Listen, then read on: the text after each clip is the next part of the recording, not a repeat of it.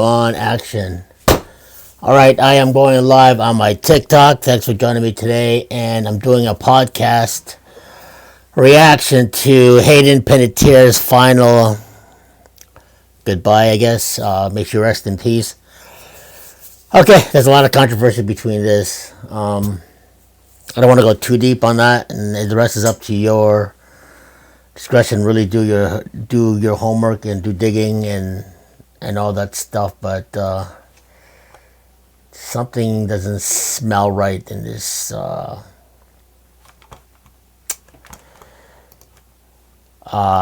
so-called what is it? I don't want to say no conspiratorial, but she had life by the balls. She was a child star on the Titans,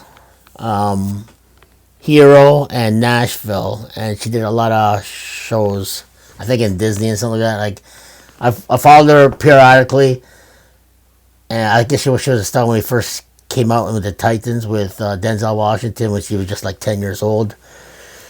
But she grew up to be a really good actress and a fine one at that as well. But I guess her addiction, so-called addiction, got the best of her. So let's watch Jay Shetty Fan Channel. It's only a 10-minute clip, and I'll give you my reaction and commentate right after this. Okay, guys? So let's check it out. I worked so hard to create this incredible life and career, and I burnt it all to the ground. Don't believe what you see in a picture. There's so much more going on. So much more. Hayden Panetierre opened up to Jay Shetty like never before. This is the heart of that conversation, her whole story. When it starts with a childhood split between film sets and school hallways.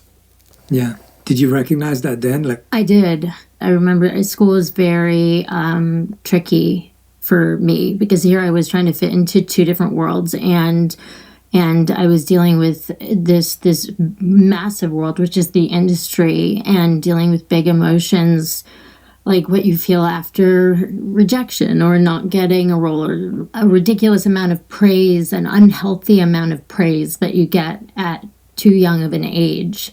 And then I had the world that I was desperately trying to fit into as well, that I was supposed to fit into, that it should have been easy to fit into, and I couldn't fit into that either. So I was like, where do I belong? Her first bully wasn't a classmate. It was a teacher. It was the very first day of kindergarten, and we were coloring, and they had the crayons in these wet wipe boxes, and they said, wrap it up, everybody close the boxes. And as being kids, it became a little bit of a race of who's going to close it first. And I went to close one, and another girl went to close it at the same time, and it went on her finger. And I apologized profusely and felt horrible about it. And I remember her best friend walked up and said, yeah, but we have to tell on you. And my heart sank, and I didn't know how it was going to go. And they walked up to the teacher and told her, and I looked at her and I said, it was an accident. And she looked right at me and she said, oh, it doesn't look like an accident to me. Wow. And I mean, at such a young age for that to Then the relationship that shaped everything, her mother. My trailer during lunch when we were filming Heroes, and I said to her, I don't want us to work together anymore. I just want you to be my mom. And I remember being hopeful, but there was that part of me who knew her too well. But I also wasn't expecting the reaction that I got, which was, you owe me. And that's all she said. And she walked out. And part of me was like, oh, I'm relieved that it was short, like ripped the Band-Aid off. But then it was like this dark looming cloud, over my head going, what does she mean by I owe her? What form of payment is she expecting? And it was disappointing to find out that it was one sentence from her mom that she never forgot. Boy. Having to spend so much time away from her son, my little brother, who was growing up, and not it was because of me. It was because of what I was doing, and it was my fault. And I remember actually turning to me one night and saying, "You're the reason why I'm missing my son growing up." And that was a punch in the gut. But as grateful as I was, I wanted to say to her, but I didn't ask you to take me on auditions. At 12, an identity crisis most adults never face.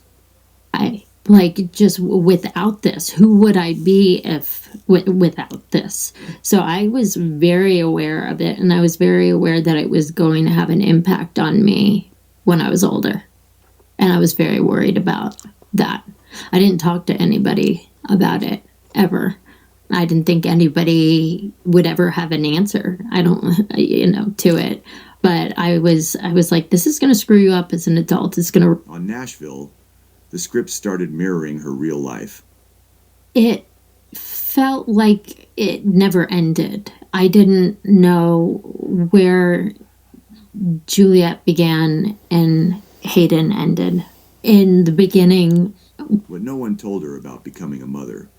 Right? And at about 4 months old, I finally went to Vlad and I said, I need help. I can't live like this anymore. Something is terribly wrong. And he said, okay, let's get you some help. I went to a facility during the hiatus of the show, so it was kept private. But I was there for alcoholism. They were treating me for alcoholism, and nobody ever said anything about postpartum depression there. So I felt unfixable. I felt like there was no way out of it. And I was... The custody story the tabloids got completely wrong. Finally got healthy. I felt like it would have been unfair of me and selfish of me to try to pull her out away from this life that she had been created, that she was living an incredible life. She's an incredible little girl, so happy and speaks 5 languages and 5 languages. And rides horses and knows that she's got 2 Her philosophy, after losing almost everything. What if AI video creation stopped? Okay, there's a commercial in between. So I didn't really watch Nashville. Actually, I never watched Nashville. All I know is that she was on it. I'm not really a big, huge fan, but I do watch some of her show. But, she is a child star, up and coming, and she became very, very, very famous very fast because she was doing that show with a movie with the Titans with Denzel Washington about a football movie, and she was kind of like a sidekick. But anyway, that was a really good movie at the time, back in the 90s, I guess. Really good film, actually. She was like 9 or 10 years old. And didn't realize she blossomed to a really good actress. And she, she's a looker as well, too. But, hey, Heroes has really got her to the top. But I never realized she had a lot of problems. But anyway, let's check it out. Option to me, that's you keep getting, no matter how many times you fall, you keep getting up and dust yourself off. And you keep going. It's what you do with these failures or falling on your face. It's what you do after that really counts. It's how you handle that really counts and matters. And I'll never stop fighting to be. For the first time, she reads what she has never said out loud. I realized that I was more afraid of being alone than being abused. And in order to be around that kind of behavior, it took me dulling my senses and numbing myself with substances in order to silence that rational voice in my head that was telling me exactly what was going on. And the moment the weight finally lifted. Come off my shoulders at this moment. How does it feel to say it out loud? You know, when you feel so much pressure on your chest and those that anxiety and nerves, and then you're relieved by something like that, it feels like an elephant stepped off my chest. I feel overwhelmed in a positive way. I feel like I finally did it, and I got to do it in my own words. In this moment, I feel more trust in myself than I have in years. So I got a little bit of me back just now. Then came the loss that broke her heart. Yeah, best friend, and like when he first died, I just remember screaming, I don't want to live in a world where he doesn't exist. So, unfortunately, And still, she chooses hope.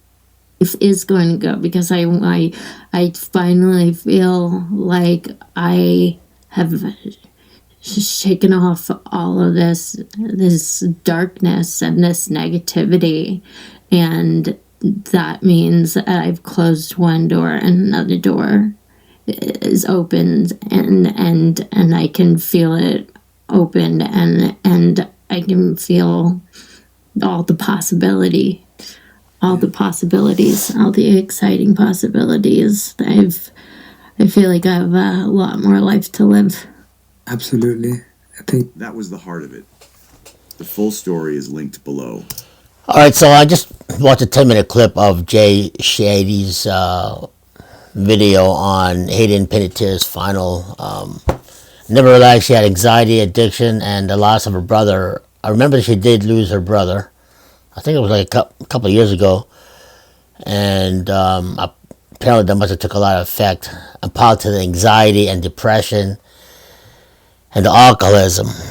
So thanks for joining me today. I'm live on my TikTok, but I'm doing a reaction on the death of Hayden Panettiere. So thanks for joining me today. I'm live on my TikTok, guys. And you know what to do. Hit subscribe, like, comment down below for it to everyone you know. Thanks for hit like and buy all my videos. Thank you. But anyway, back to the reaction of Hayden. Man, you try to figure out why such a child star, who's a very talented child star, has all these demons, right? So you have to take that and it kind of you figure the pressure of her mom when she said, "You owe me," meaning that because she was a star, she'd probably, a child star mom, bring her to all the auditions and all that stuff, and getting all these gigs, and I guess she was managing and stuff like that. I don't know, allegedly, but she, probably her seen, because her child was a superstar and all she seen was dollars and signs, so she didn't really see the love of her daughter or the talents of her daughter. She just felt the dollar sign that's coming her way.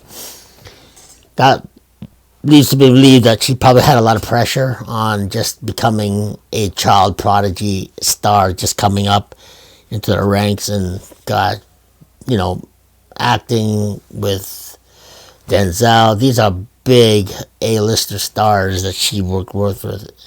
Didn't realize she was that talented until I seen the Titans, when she was like, man, who's this little girl, man? This girl she's like a zinger. She's like all over the place, and she's fast, she's good, she's quick, and she is a one hell of an actor. Didn't realize she blossomed into some really looker, and then not all that, she had a lot of talent as well too in Heroes, as well as Nashville, which I didn't watch, but apparently a lot of people watched it. And man, that is a lot of pressure. I wouldn't even know where to begin if I had that kind of pressure. If I was in her probably shoe, I'd probably do exact the same thing. It's not like it's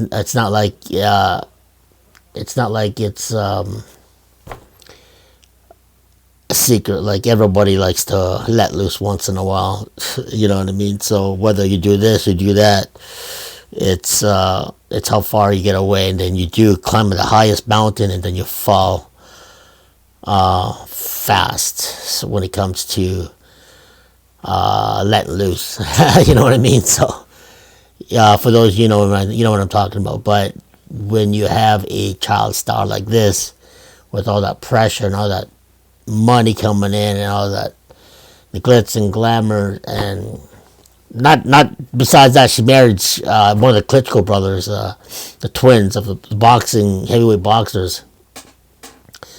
I didn't see that coming. I didn't realize she was even married to him and even had a baby with him. Like, so now the baby's child. She has no mother.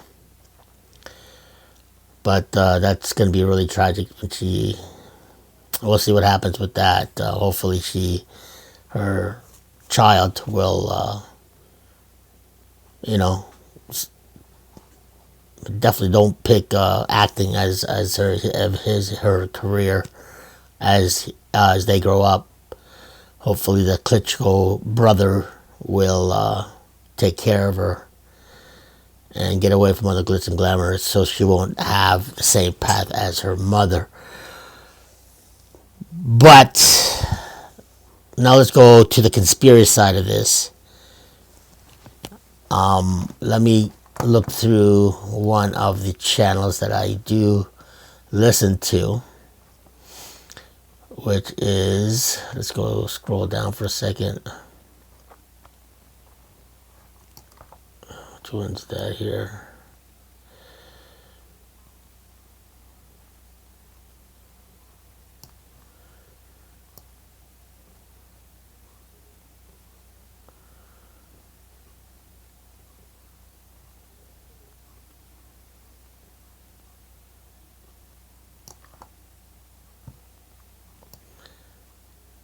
Okay, so let's hear more about her mother. I'll go back with. In the book, you also write about how there's this sense of what you were just saying about collecting all these notes and let's just go back. Not wanting to almost let the kids down and become who they need to be. It feels like that kind of became your relationship with your mum as well, where you didn't want to disappoint her. Oh my gosh, that was my entire relationship with her. She was my boss. That's how I saw her. Oh, that's even though she was the most supportive person when I pressure from her mother. Did what I was supposed to do and did it well and was the one cheering me on. It did feel like that was what I had to do to get her love. And that was, a tough pill to swallow. Everything was business. Everything was business focused. And I started at 8 months old. I can't even remember a time where she wasn't a momager. Where everything didn't revolve around a momager. And there not a manager, a momager. Older where wow. We spent a lot of time traveling and on the road together, and I was the only person there, so I became the confidant and the assistant and the therapist and the shoulder to cry on and everything but her child. Have you ever had the opportunity to tell her that and to have that conversation with her? When I was 19, I finally got the guts got up the courage to split from her as business wise, because I desperately wanted a relationship with her, desperately wanted her to just be my mom. And so she came into my trailer during lunch when we were filming Heroes, and I said to her, I don't want us to work together anymore. I just want you to be my mom. And I remember being hopeful, but there was that part of me who knew her too well. But I also wasn't expecting the reaction that I got, which was, "You owe me." And that's all she said. And she walked out. And part of me was like, oh, I'm relieved that it was short, like wow. Ripped the Band-Aid off. But then it was like this dark looming cloud, over my head going, what does she mean by I owe her? what form of payment is she expecting? And it was disappointing to find out that it was money, and that she didn't pursue a relationship with me as just a mother-daughter. Like once the business aspect was removed, I was hoping that if I remove this, then that there will be no reason for her to be anything other than my mom. And the fact that it seemed like she didn't care to have a relationship with me was That's brutal. a tough pill to swallow. Yeah. As a guess child, so. I'm sure you were also, That's even as a brutal. teenager, you're still dealing with the guilt of like, how do I have this conversation with my mom? Mm-hmm. Because I'm guessing there was a part of you that was, of course, grateful, and of course, yes. like, you know, but at the same time, I hear your intention loud and clear, which is, I just want you to be my mom. Yeah. And I don't want you to play another role in my life. And then to not get that other role, even when that part's taken care of it. Yeah. Do you still not connect or talk today? At the moment, no, there is not a relationship between her and I, sadly.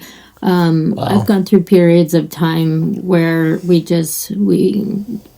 haven't spoken at all. It seemed to me it was kind of like there was no reason. She had no reason to call, and the only reason why she would reach out was when something was needed. It wasn't just to say, you know, hi, or how are you, or let's grab a bite, or anything like that. It's been a really tough road, and no matter how many times that door has been slammed in my face, I've desperately seek her approval for my entire life. You know, she was the person after every take that I looked to. I wouldn't look to the director or the producers or anybody else. The only person that existed and the only person whose opinion mattered to me was hers.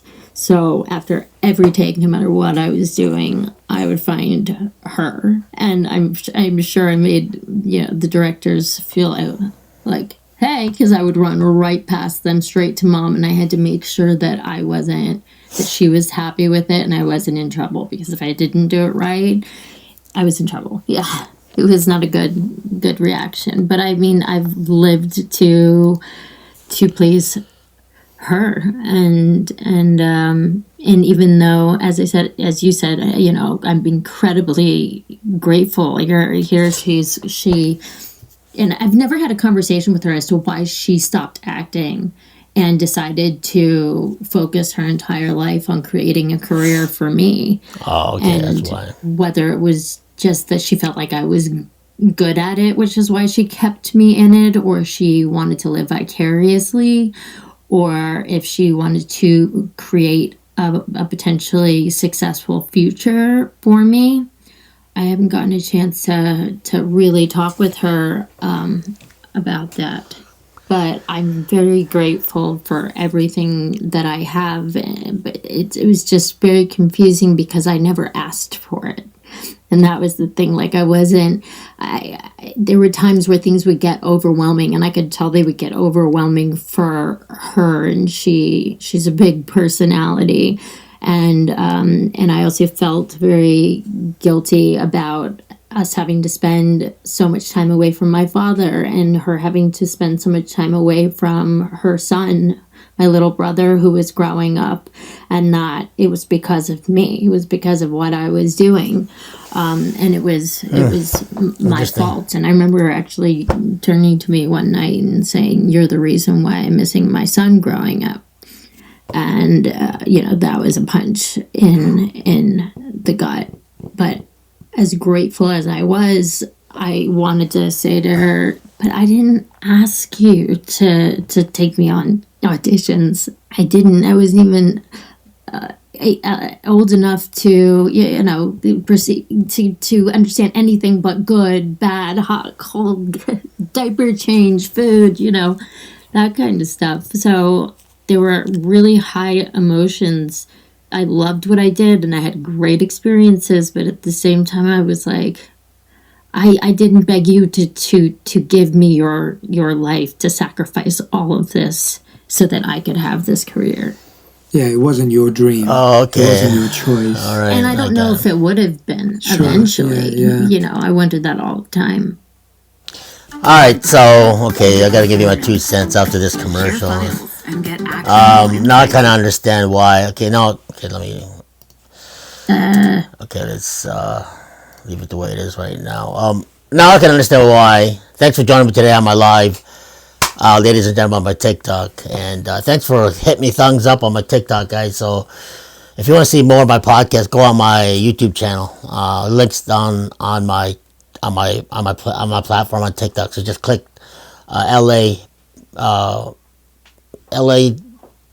Productions, on my YouTube channel. But anyway, I'm doing a live reaction to Hayden's death, and the reason why I think now I see the pressures of her mother used to be like I didn't read Hayden's past about why she became a child star and how she became a prodigy, because her mother was also in the industry. So her mother introduced her in the industry because she had the talent.